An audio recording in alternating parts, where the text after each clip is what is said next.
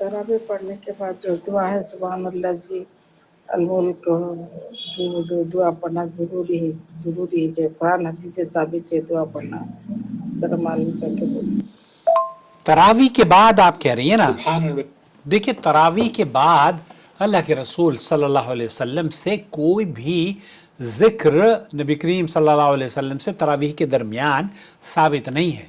नबी करीम सल्लल्लाहु अलैहि वसल्लम से साबित है कि आप अलैहिस्सलातु वस्सलाम सुभान अल मलिक अल कुद्दूस नमाज वित्र के बाद कहा करते थे। इसलिए नमाजियों के लिए इस सुन्नत पर अमल करना तो मसनून है कि आप 3 मरतबा अल्लाह के रसूल सल्लल्लाहु अलैहि वसल्लम फरमाया करते थे सुभान अल मलिक अल कुद्दूस, और तीसरी मरतबा ये मुद्दुहा काना अल्लाह के रसूल सल्लल्लाहु अलैहि वसल्लम उसे सुभान अल मलिक अल कुद्दूस यानी कि थोड़ा सा मुर्तफ़ा आवाज हो और उसको खींचा करते थे।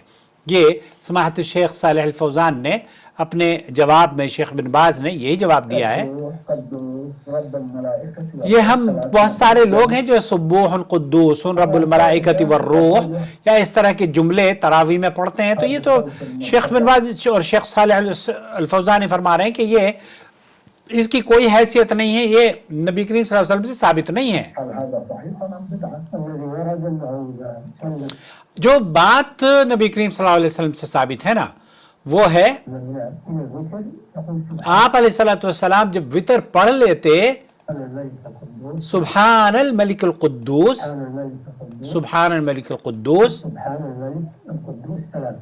ये सुभान अल मलिक अल कुद्दूस 3 मरतबा आप फरमाया करते थे, पढ़ा करते थे।